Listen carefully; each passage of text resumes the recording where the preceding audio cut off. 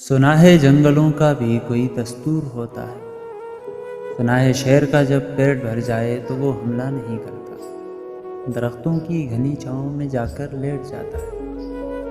हवा के तेज झोंके जब दरख्तों को हिलाते हैं तो मैना अपने बच्चे छोड़कर कौवे के अंडों को परों से थाम लेती है। सुना है घोंसले से कोई बच्चा गिर पड़े तो सारा जंगल जाग जाता है।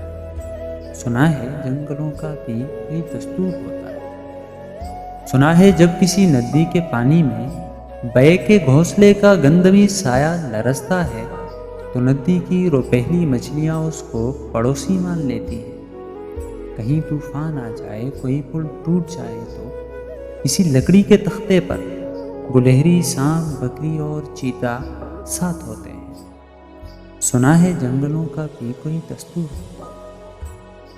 तो खुदावंदा जलीलो मोतबर दानाओ बीना मुनसिफो, मेरे इस मुल्क में अब जंगलों ही का कोई कानून नाफिज कर, कोई दस्तूर नाफिज कर। सुना है जंगलों का भी कोई दस्तूर।